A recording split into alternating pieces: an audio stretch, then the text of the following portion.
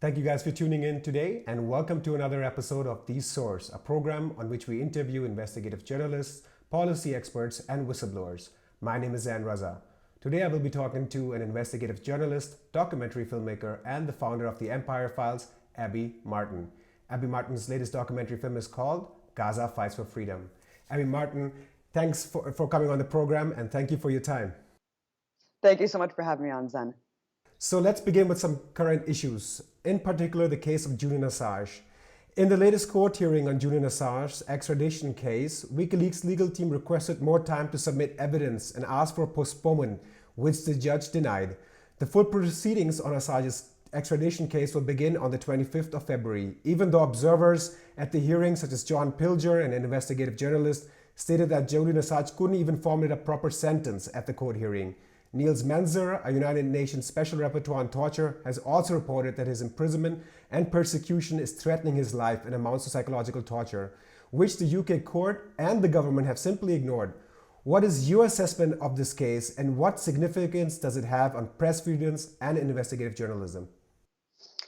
Yeah, I mean, I fully agree with what the UN Rapporteur of Torture has assessed here. We're talking about several years of isolation, right? I mean, what does that do to someone, especially at coming out that the CIA was spying on essentially every single encounter that Julian Assange had with people who were visiting him in the embassy, lawyers? I mean, all of these things should have remained confidential. It was an absolute betrayal by Lenin Moreno and the UK government. He was tortured. And this was before he was actually put in this confined cell, facing 175 years in prison under the Espionage Act. This case has incredibly wide-reaching implications. And unfortunately, Julian Assange has already been tried in the court of public opinion.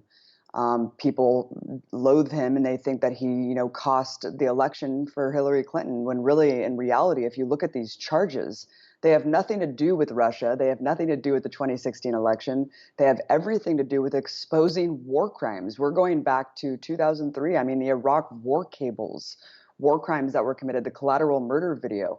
These are what the charges come down to. And if people really understood how devastating it is to actually charge a publisher under the Espionage Act, which has never been done before. I mean, the Espionage Act was, of course, used flagrantly by the Obama administration. Now it's being used by the Trump administration against whistleblowers, which is already horrifying enough to resurrect this archaic law during World War I, to now charge people who are whistleblowing war crimes and things like torture. But now to use it against a publisher. This could mean New York Times, Wall Street Journal. It could mean you or me. It could mean anyone that simply publishes leaks and analyzes them, just like all of these publications do. So I think this case is absolutely devastating, horrifying, and wide-reaching implications for press freedom and journalism as a whole. And unfortunately, people have already made up their mind about Julian Assange. They're not taking a stand the way they should be, because this is a case that affects us all. And if we don't stand up and say no more, I fear we're in for a really dark road ahead. I want to pick up on that. In press conferences held by the German government, our Russia Today RT journalist named Florian Warbeck has been quite persistent, and the question he's been asking persistently is, what is the German government's position on the report produced by the UN Special Rapporteur Niels Melzer? And the government's reply has been, consistently, even though this question has been posed for weeks, they haven't heard about the report. And the Real News Network also reported recently that Amnesty International has not raised the level to Julian's case on campaign level, which they usually do for other cases, whether it's from foreign countries. And corporate media outlets in Germany and both the US have not called red alert on this, even though, as you've just pointed out, this has major implications on journalism. So the question is, why are there silence on this issue, and what can people do to inform others about this case? I think there's silence on this issue because there's a direct collaboration between all of these governments that are essentially puppets or criminal collaborators of the U.S. empire. The fact that Trump, kind of went outside of the norm to arrest, seize someone out of an embassy that they were granted amnesty in, and charge them with the Espionage Act for simply publishing leaks and covering leaks. I mean, it's really unprecedented, Zen. And I think that all of these collaborators are guilty of the same crime. I mean, anyone who's not standing up and saying that this is an absolutely atrocious and criminal assault on journalism is complicit, and they're participating in this criminal act. But I think that that's exactly why they're staying silent on it. Of course, they're not going to come out and say, yeah, unfortunately, Julian Assange was tortured for the last couple of years, and he is being tortured now. I mean, we still can't muster to explain that solitary confinement is torture in this country, and we use it all the time. So it's devastating. I think that people need to wake up and inform themselves and act out. I mean, speak out about this issue, inform people that these charges have nothing to do with Russia, they have nothing to do with the election, that they are about exposing war crimes. And if we're going to lock people away facing 200 years in prison for exposing war crimes, what kind of country, what kind of world are we going to live in? So we have to stand up and collectively say no more. I want to move to another current issue that is making headlines recently, and it's about the recent developments in Bolivia. There's a lot of confusion on this topic in the German mainstream media. It is being claimed that Evo Morales' ouster was his own making due to election fraud, popular discontent, and also because of his persistence in rewriting the constitution. What do you make of these counter arguments, and what is really unfolding there? Sure. I mean, this is kind of the latest in a long line of CIA-backed coups, to be honest. I mean, of course, the corporate media is telling us, don't believe your lying eyes. Don't believe what is really going on the ground. So let's break down a couple of these myths that are being perpetrated and propagated by corporate media outlets and essentially their lackeys. So first of all, there was fraud in the election, right? And there was voting irregularities. Well, a think tank called the Center for Economic and Policy Research based out of DC has broken down the statistical facts, and they have found that there are absolutely no voting irregularities in the data, and they found that there was no fraud whatsoever. Now, of course, while these tallies were still being conducted, you had Carlos Meza, the opposition candidate, coming out saying he wasn't going to recognize the final results. You had politicians like Marco Rubio, Donald Trump already taking to Twitter saying fraud is being conducted. How would they know that when the election hadn't even concluded yet? The Organization of American States, which is essentially a cutout of the U.S. government, funded 60% by U.S. funds, but it's kind of proposed as this impartial organization because it's comprised of a conglomerate of Latin American states, but primarily it kind of does the bidding of the U.S. empire. It went out ahead and said, there were voting irregularities. We're very concerned. And then, of course, the U.S. follows suit and says we stand behind the OAS. So all of these things put together has made it seem like, oh, my God, the election was fraudulent. Oh, my God, Evo Morales needs to resign. And, of course, they said, oh, he resigned, right? It wasn't a coup. What do you call it when the military deposes a democratically elected leader who was deemed by the highest court in the land the year prior that he could indeed run for a fourth term? Agree with it or not, these judges are elected. Unlike the United States, the Supreme Court judges in Bolivia are elected, and they did actually grant him a fourth term to run. So, like it or not, these are the facts here. And unfortunately, Zen, we're finding out more and more proof of direct U.S. involvement. Let's talk about Carlos Meza really quick. I mean, this is a guy who was incubated from a DC think tank called the Inter-American Dialogue, subsidized by the same corporations that subsidize corporate media, banks, weapons contractors, oil companies. He worked at this think tank, which is also run by the National Endowment for Democracy. This is another CIA cutout that uses civil society groups to foment regime change and insurrection, especially in Latin American countries like Venezuela and Cuba. So let's also look at the fact that 6 graduates from the School of Americas, a Fort Benning military training institution, which literally trains people in torture, responsible for millions of people who are disappeared in Colombia, and several Latin American countries in the past with direct CIA coups, are also complicit in this criminal overthrow of Evo Morales. 6 confirmed SOA graduates directly tied to the US government. Not only that, there was secret audio recordings leaked that literally showed direct collaboration with opposition figures in Bolivia, with senators like Marco Rubio and Ted Cruz, talking about running the coup out of the US embassy in Bolivia, and also planning that if Evo Morales won democratically another term, that they would say that there was fraud. They would attack polling centers and essentially run this criminal coup out of the US embassy. That's exactly what we saw happen. That is what Evo Morales is claiming today. And who has filled this power vacuum? Who has filled this disgraceful absence of leadership? Christian fascists, people running around with giant prop Bibles declaring indigenous people in a country where 65% are indigenous satanic, saying Indians have no place here. What kind of government are we going to see take over this fascistic Christian paramilitary state that is already committing massacres of poor and indigenous campesinos in rural areas where dozens have died at the hands of these soldiers? So it is disgraceful to not call a spade a spade. This is a military coup, and unfortunately, we're seeing it's the next in a long line of military coups that are directly backed by the US government, because the Trump administration already has declared, alongside Mike Pompeo, that the Monroe Doctrine is basically being reclaimed, that we are going back to the days of brazen CIA coups to overthrow leftist leaders in Latin America. And Evo Morales was one of the last holdouts here of this pink tide that we saw. I mean, he did incredible things to uplift the poor in that country. And that was an unforgivable crime to US empire. Zen was first nationalizing the resources, oil and gas.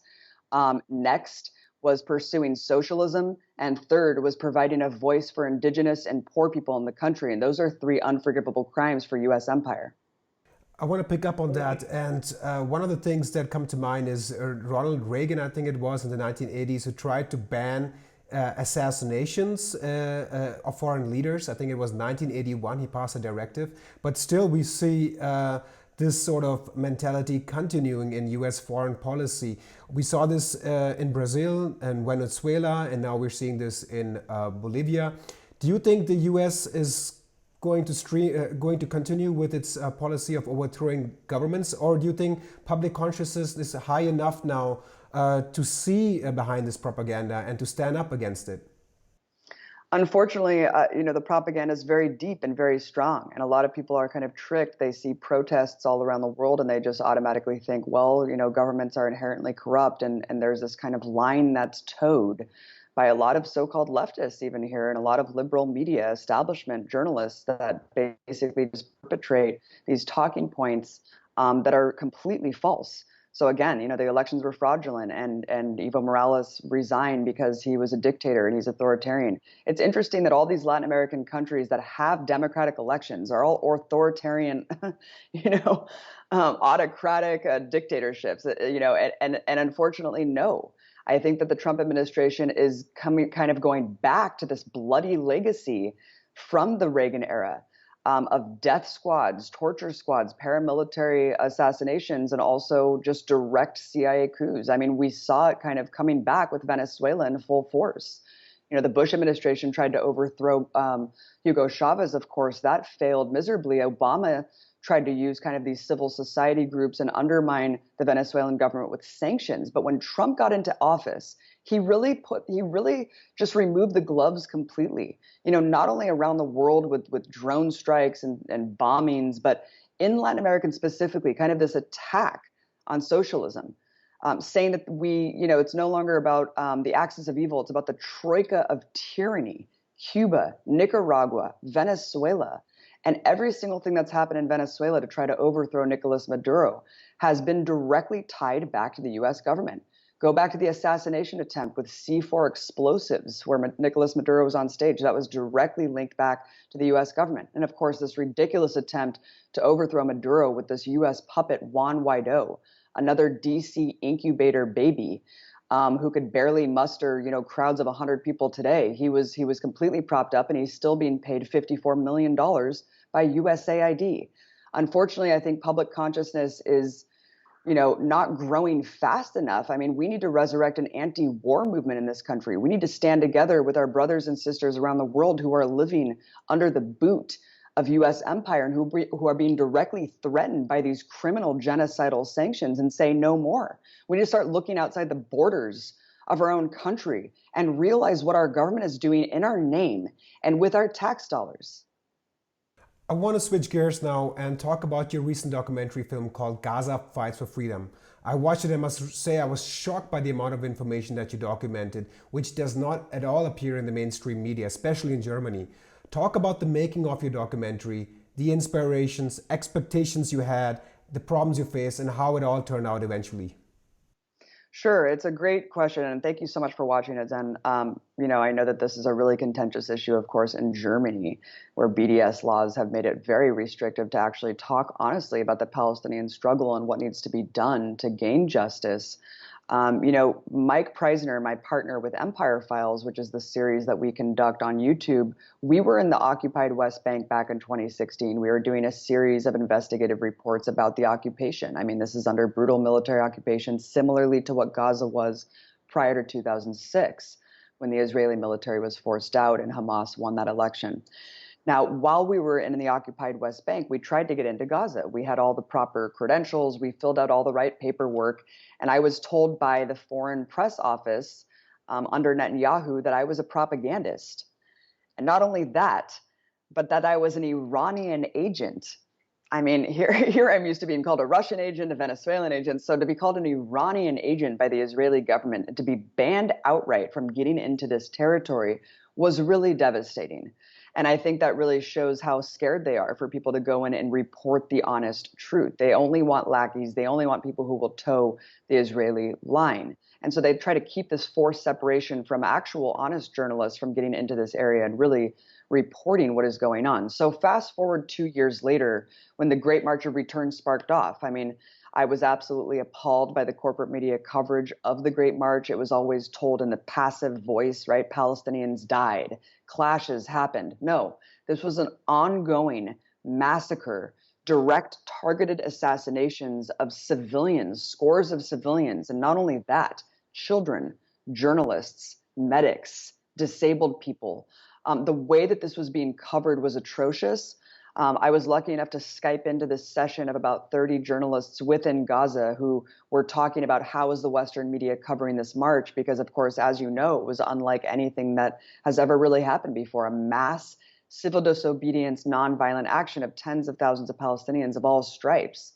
And out of that Skype session came a collaboration, came a pitch. Why don't we do an Empire Files episode or episodes about this? But once we saw the footage come back, once we directed the interviews with these victims and saw how incredible and cinematically brilliant this footage was, we knew we couldn't just do an Empire Files episode. We knew we had to take at least 8 months off and really work to do exactly what you saw, which is do a full feature-length documentary film. And that's exactly what we did. One of the most revealing parts of the documentary was the focus on the socioeconomic conditions surrounding Gaza. You even provided a voice to ordinary people who, to quote one example, make a living for their families by collecting scraps from the rubble that is left behind from Israeli airstrikes. Talk about the conditions that Gaza is under, and do you think this is contributing to the radicalization there? Great question. Yeah, we're talking about a besieged enclave where 2.2 million people are trapped inside, right? 75% of these people are refugees. Half of them are children. Half are children. I repeat that point because it's a really, really strong point, and we have to remember that this is essentially a war against children. It's the largest open-air prison in the world. People are deprived of basic human mobility. You talked about the struggles of making the documentary. Another big struggle, Zen, was basically accumulating the footage, which took several months because of the lack of adequate electricity. These people are surviving with 2 to 3 hours of electricity a day if they're lucky.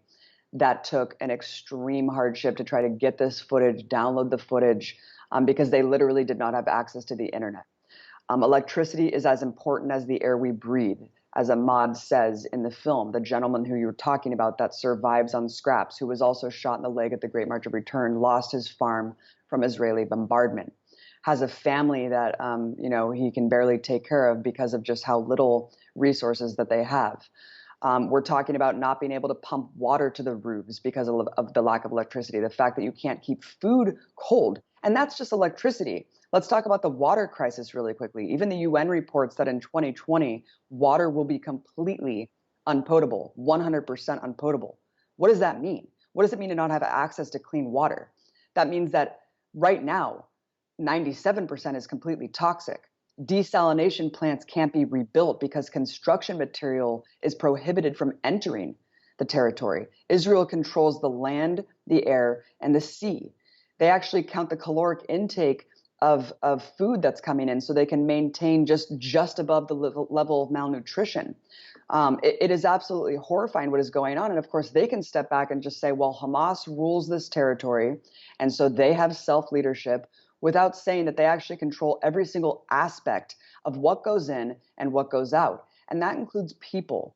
That includes people. The amount of amputations that have come out of the Great March is insurmountable because so many people are directly targeted in the kneecaps and the limbs, and they cannot actually leave. They are collectively punished and told outright that they are banned from getting medical permits because they were part of the march.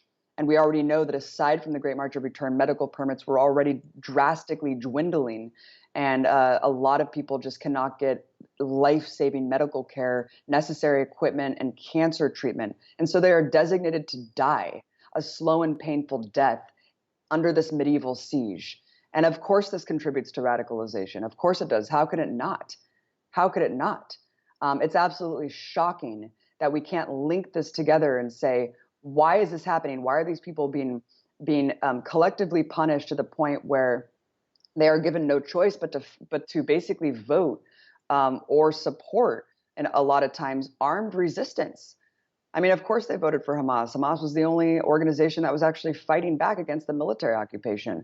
But I think the Great March of Return shows you that there's hundreds of thousands of people, or thousands of people at least, who want a peaceful resolution, who want a nonviolent resolution, despite the fact that armed resistance is completely legitimate and actually legal under international law. What do you make of the argument that Hamas does not recognize Israel and therefore it is anti-Semitic? What is your take on this argument? What have you found out by reading their general principles and their constitution? Absolutely. So this is an argument that's oft repeated, and unfortunately, it holds no bearings in reality. If you look at Hamas's charter today, they actually call for a two-state solution, which essentially means that they recognize Israel's right to exist, because that's what a two-state solution is. They call for their two-state solution within the lines of the 1967 borders. So withdrawing illegal settlements in the West Bank, of course, expanding Gaza to the 1967 lines. If you look at what Bernie Sanders is saying, he actually says the same thing. So that's a really important thing to show that Hamas is willing to negotiate. It's the Israeli Authority and the Israeli ruling coalition who are not willing to negotiate. In fact, that they declare that there should be no Palestinian state, and they are openly declaring the annexation of the West Bank. And this includes the so-called Israeli opposition, Benny Gantz. You know, he actually just applauded the recent decision from the Trump administration to say these settlements will no longer be called illegal in our perspective. So this really shows you kind of what the opposition is and what they consist of, that there is no teeth to oppose these criminal policies. Now, let's go back to the fact that Hamas is anti-Semitic. In their charter as well, they actually say this is a fight against Zionism, not against Judaism. This is a fight against political Zionism. This is the stance of progressive Jewish organizations worldwide, like Jewish Voices for Peace, which we actually sponsored our entire Gaza Fights for Freedom tour in many of these cities that we took across North America. Jewish Voices for Peace is in line with the same thing. I mean, they're the ones who say that Israel is the one who conflates Judaism and Zionism. And that's not the case. Israel does not represent Judaism worldwide, but they've politicized it in such a way that people mistakenly think that they do. So Hamas has actually made that differentiation in their new charter that you can read online. This is no secret, but people will continue to conflate this issue and distort the issue to paint Hamas in this cartoonishly evil way without actually understanding that they are more than willing to come to the negotiating table. And they have negotiated before in Qatar, in Doha. I think they regularly negotiate. When the situation goes out of hand, they then meet and negotiate and find some sort of agreement, which then does not hold on for more than a couple of years before the bombardment starts again, right? Absolutely. And you see this happening a lot where, the corporate media will paint the same script every time. And this is what happened last week when 34 Palestinians' lives were taken. This followed an extrajudicial assassination of an Islamic Jihad leader while he was sleeping in his bed alongside of his wife and his family. Of course, whenever these attacks happen, these pre-crime assaults, of course, militant groups will fire rockets back in retaliation. Absolutely. But the corporate media will paint that Hamas or Islamic Jihad will violate the ceasefire when in reality, it's 99% of the time that Israel and the Israeli government is actually violating whatever ceasefire is agreed upon, commit some sort of atrocity, and then rockets are fired in retaliation. And then, of course, that provides the pretense to just bombard a carpet bomb a neighborhood, take out an entire family, and kill scores of civilians. But of course, it's always one-sided, Zen, and the corporate media will never tell the truth. And Palestinian lives are so dehumanized that it's just merely a blip on the radar. One of the things that I saw at the Tagesschau, which is Germany's highly watched or most watched daily news segment at 8 o'clock, millions of Germans watch that to get their daily news. I watched right after they attacked the Islamic Jihad group. They did not mention at all that his wife and children were killed or injured in that attack. And secondly, they did not even, they had the headline in the thing that I observed was Palestinians react, Palestinians fire rockets, as if all Palestinians fired rockets into Gaza. And so I noticed this reporting goes on as well. I mean, just ignoring the deaths of the families and then just saying that Palestinians rocket paints a kind of a picture, in my opinion, of pure evilness in Gaza, and that dehumanizes them. So what is your assessment? When will this script end, and how do you think people can break through this propaganda? Right. And I think the Great March of Return and Gaza Fights for Freedom really kind of exposes how bankrupt this argument is, that everyone is a Hamas target, everyone's a terrorist living in Gaza. I mean, again, these are tens of thousands of peace-going Palestinians. A lot of Westerners always ask, where's the Palestinian Gandhi? And as the Great March organizer Ahmed Abu Artem said, he said there's been 200 of them and they've all been mowed down by Israeli snipers at the fence. And the whole intention behind the march was actually to stage a peaceful sit-in, akin to like an Occupy Wall Street, to just mount international attention, draw international attention to the fact that these people are still refugees 70 years later. So it's really criminal, the coverage and the distortion of what the Great March is. And of course, the war crimes that have been committed. I mean, these are incontrovertible war crimes that we actually document extensively, coming from the UN report that was released early this year, and that literally documents the use of exploding bullets, the use of toxic gas, and again, the direct targeting of protected categories under the Geneva Conventions. And that's the truth. And even though over 200 Palestinians have been gunned down and thousands wounded with live ammunition, 0 Israeli soldiers were killed, 0 Israeli soldiers were wounded from the Great March of Return. Now, how can the script end? Well, I think that's a really important point because, it's always painted as, well, Gaza just needs to lay down their arms and Gaza just needs to follow the rules of engagement, and then Israel will stop criminally, basically suffocating them in every which way. Now, I think it's really important to kind of open our eyes and take a step back and look at the broad view here and see, as I articulated at the beginning of this segment, the food, water, electricity, the fact that they have to live in fear every day of being bombed just because they literally live in this besieged area. I think that who really needs to stop the assault and who's really the oppressor here is, of course, the state of Israel, which controls every single aspect of society in Gaza. And that's them who needs to stop the siege. That's them who needs to lift the siege, allow construction materials to get in, allow people to rebuild their homes, allow desalination plants to be rebuilt, allow them to have water, electricity, and give them back the basic dignity of humanity. That is what everyone deserves, is to be a human being and to move freely and to be able to get medical treatment if you want to. You can just look at the cancer survival rates compared to these neighboring peoples, and it drops to as low as 30% if you live in Gaza. And of course, you have a 90% survival rate if you live in Israel. And this just really shows you the stark reality of what these neighboring peoples live through every single day. So I think first and foremost, stop the siege, end the brutal occupation, and then we can talk about what a democratic society and democratic rights looks like for the 5.5 million Palestinians that are deprived of basic democracy and what is deemed the greatest democracy in the Middle East. I want to dig deeper into your documentary and where you talk about the Great March of Return. In particular, I want to talk about the weaponry that the Israeli Defense Force used and the snipers. You also mentioned in your documentary the explosive bullets that they use. Could you talk about the snipers and the explosive bullets that they were using? Absolutely. So it's important to realize, again, like these are not clashes. This is not some sort of obfuscated view from the Israeli snipers. These are snipers that are perched up on mounds of dirt that have a wide view of the demonstrations. It is crystal clear in their sniper scope. And they are literally picking people off like it's target practice.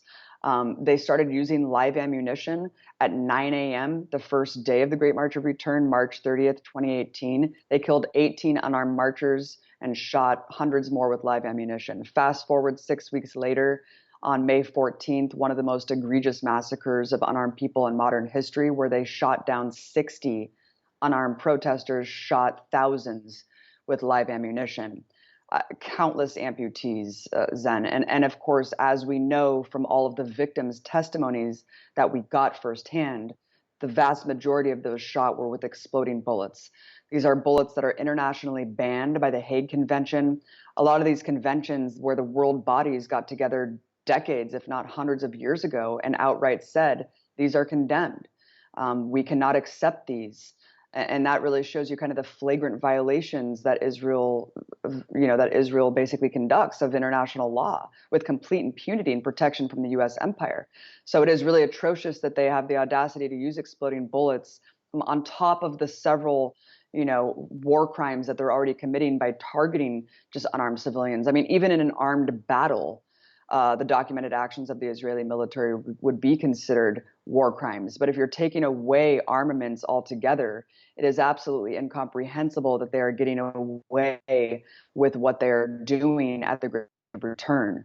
But yeah, I mean, these snipers basically pick people off. One international war correspondent who was interviewed for the UN report said, I've documented wars in Yemen, Syria, Iraq, Libya. She said, I've never seen anything like this. She said, it's a slow, methodical shooting where every couple minutes you just hear a gunshot go off and another person goes down. And it's just a stream of bloodied bodies being carried back towards the ambulances in a very, very sadistic and methodical way.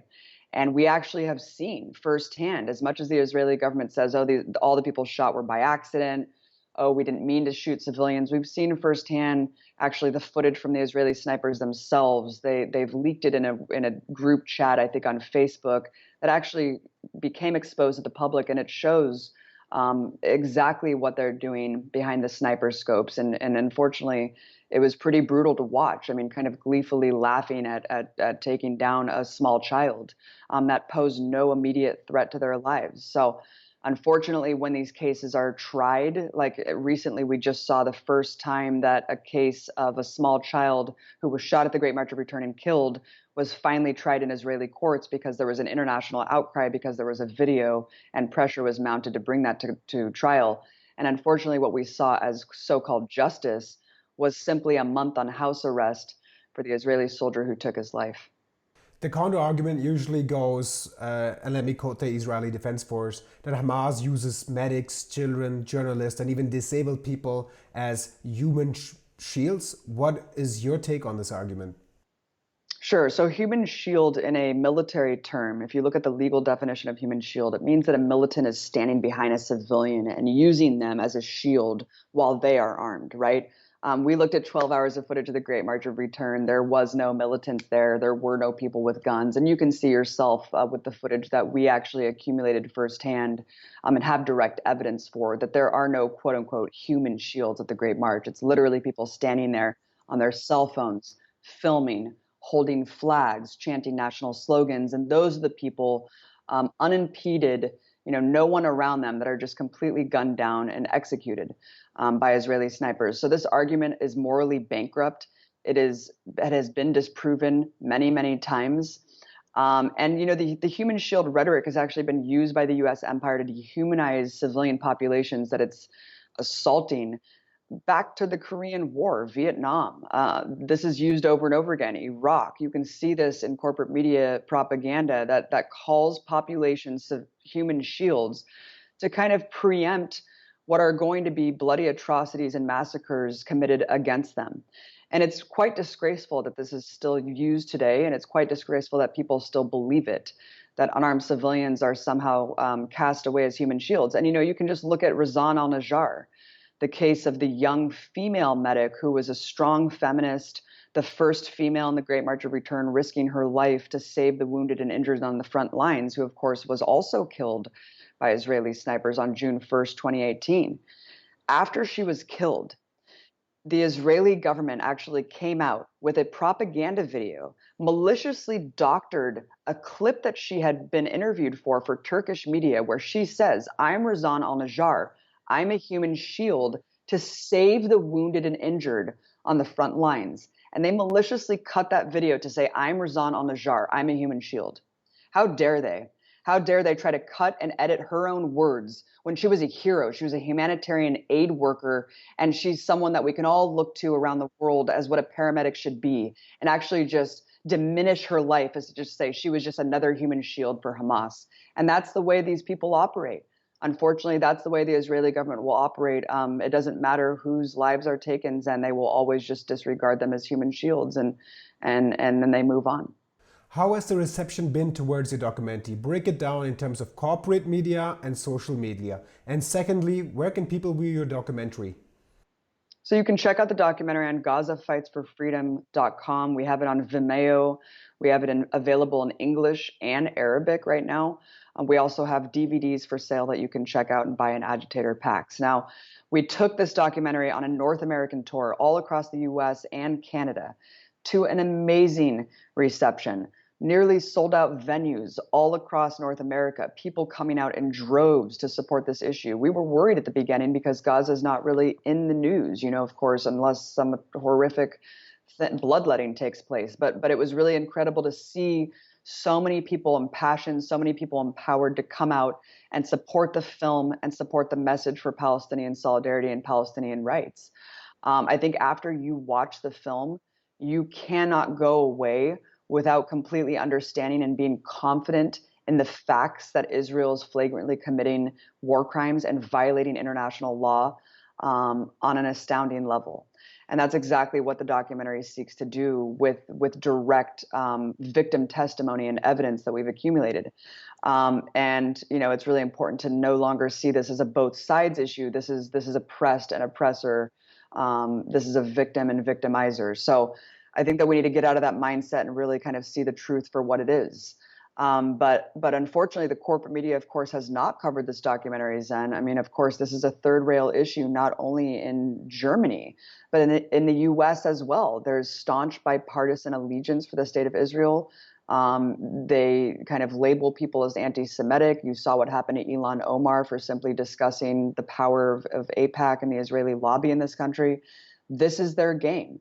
This is pretty much all they have, to discredit people who dare to criticize the state of Israel and dare to discredit or call out this kind of political cover that the U.S. provides for Israel. I mean, I think the rest of the world has really woken up to this fact. That's why we see unanimous BDS resolutions being passed in Ireland, Britain, South Africa, and millions of people standing up for Palestinian rights in these countries. But I think the level of conditioning and propaganda and brainwashing that starts from childhood to American citizens is very hard to break out of, because we're kind of taught from birth that Israel is our best ally in the Middle East. They can do no wrong, and Palestinians are essentially animals, right? And they're conflated with terrorists. And when we're in this perpetual war on terror, it's really hard to break out of that mindset. But I do think the political consciousness is shifting on this issue, and that's why this tour was so successful.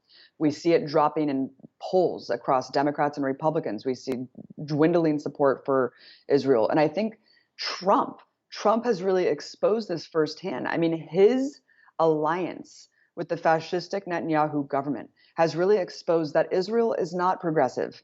They are not liberal, and they are in no way left wing. In fact, there's no hope really for left wing to take over Israeli society. Is becoming increasingly right wing and increasingly fascistic, as I mentioned before with the so-called opposition, Benny Gantz. And that's what I think Trump has exposed with his unabashed support for settlements, essentially condoning settler terrorism, and basically the continued colonization and ethnic cleansing that we see in this settler colonial project. So people are waking up. It's becoming increasingly hard to attach yourself to the state of Israel if you're an artist.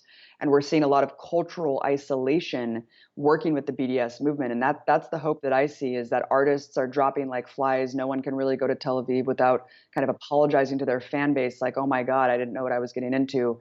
And that's kind of the trajectory that we need to go, is the isolation and showing people that this is not progressive and you cannot call yourself a liberal if you support this rogue apartheid state. I want to take a step back and touch upon this general issue that you also just mentioned. There's a lot of fear, especially in Germany, when the talk about Gaza takes surface. For example, providing voices to ordinary people, as you have in your documentary, because criticism of the state of Israel is conflated directly with anti-Semitism. The same situation is, however, not true when journalists here in Germany criticize Saudi Arabia or Turkey. This criticism is not leveled as Islamophobia, for example.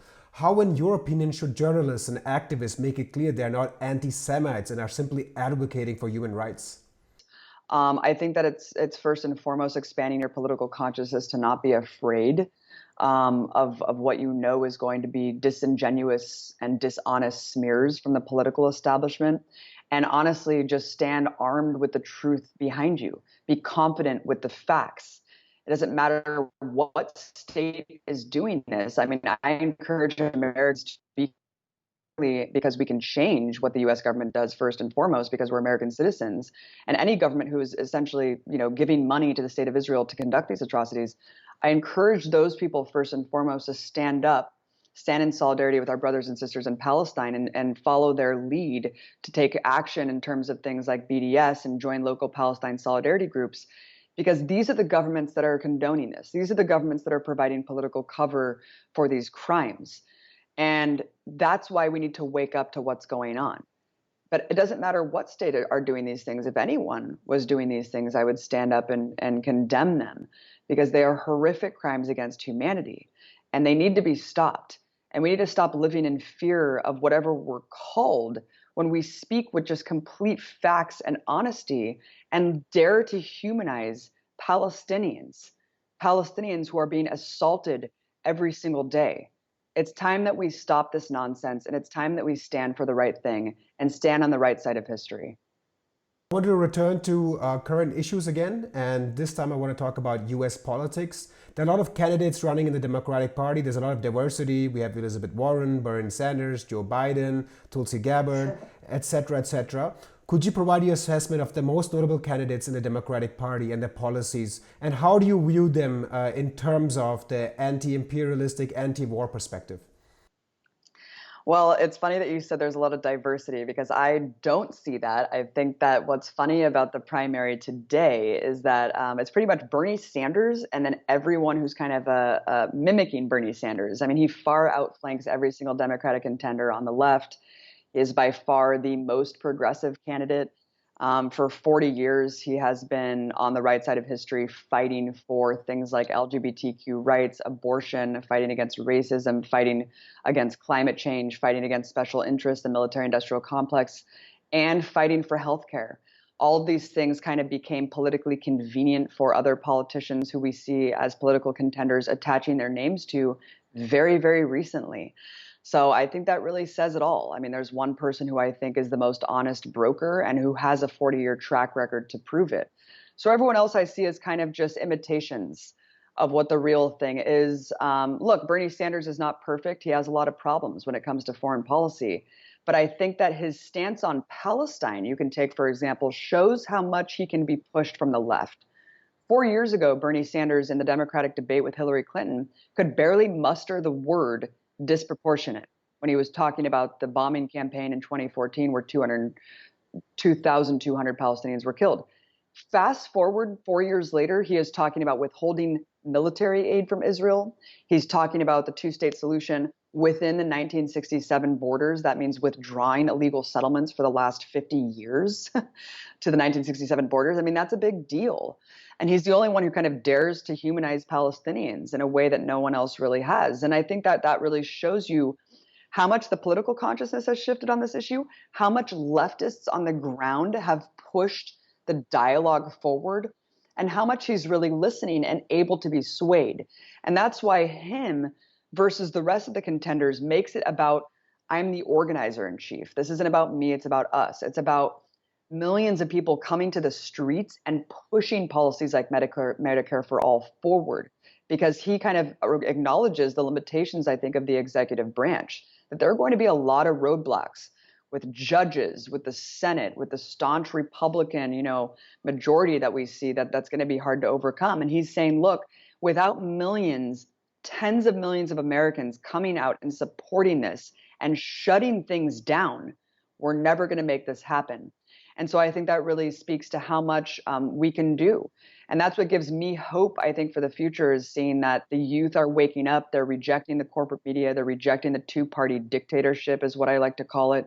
And they're really seeing that we need to make the future that we want to see. We need to have a utopian vision of what we want. And certainly the two-party system, the stale system that pushes neoliberalism and imperialism is going to leave a disastrous path ahead and a disastrous future for our children. I think a lot of Democratic contenders have good things about them, but really it's incomparable when you're looking at, who's really the only one willing to call out global capitalism and the special interests that perpetuate these endless wars. You already answered my next question, but I'll pose it again so we can hit it all the way home. The question is, we just talked about Bolivia, Julian Assange, the situation in Gaza, and I don't want to leave our viewers, because activism was founded based on solutions and giving people hope for the future. We don't want to leave our viewers in a depressed state. How can we, at this point of this conversation, give people hope going forward? Well, I think that polls show, and just the masses show, that people, especially the youth, and this is where the future lies, of course, is who are the younger generations? Who are we going to leave our future to? They are saying no more. They are rejecting the unanimity of the corporate media. They are rejecting this bipartisan stranglehold in our government. They are rejecting what has been the official religion of the United States for the last 100+ years, which is global capitalism, and capitalism can do no wrong, right? And they are finally rejecting that dogma and saying, wait a minute, maybe we can have a different future. Wait a minute, maybe capitalism is actually the overarching system that is driving the vast inequality, that is driving the climate crisis, that is driving the fact that these wars are driven for profit and to essentially protect capital around the world. And the fact that millions of young people are literally shutting things down, staging sit-ins, staging blockades, spreading political consciousness on social media, becoming their own citizen journalists, is incredibly inspiring to me. And I'm sorry, but I think that Bernie Sanders' movement speaks to that kind of energy that we need to be open to and tap into. No, I don't think there's a savior in 2020. But what I do think is a savior is the fact that there's millions of people waking up to the corrupt nature of the system and realizing that we need to revolutionize. We need to completely revolutionize the system. We need to completely construct a utopian vision of what we want to see happen, and no longer fall prey to whatever is being laid out before us. And we need to empower ourselves. I mean, the system wants us to feel disenfranchised. They want us to feel alone. They want us to feel like we can't do a damn thing. That's exactly by design. The second you get out and you're involved in the struggle and you connect with people who are acting and doing things on the streets, you feel empowered. You feel like you have a place. And I encourage everyone to get out of their comfort zone and do just that, because nothing is going to change if you feel like you can't make a change. And that's what they want us to do. They want us to fall down and die. And we can't do that. We have to stand up and live and demand a better future and demand a life worth living. And that doesn't just stop and start with Americans. It doesn't just stop and start with Germany or Europe. It starts and stops with all of the countries that are being persecuted, that are being oppressed by this global system, by imperialism. It's time that we really acknowledge what's going on, link our struggles together, and acknowledge how we have a very important role to take action, Zen. And that's why I appreciate Activism Munich. That's why I appreciate grassroots independent media for playing that role. It is a very crucial role, and we need to fill that vacuum, of propaganda, and show things with a kind of leftist lens, and show people how we got here. Because if we don't understand how we got here, we can't change where we're going. Abby Martin, documentary filmmaker and investigative journalist, thank you for joining us today. Thank you so much for having me. And thank you guys for tuning in. Don't forget to subscribe to our YouTube channel by clicking on the bell below, and to donate so we can continue to produce independent and non-profit news and analysis. My name is Zan Raza. See you guys next time.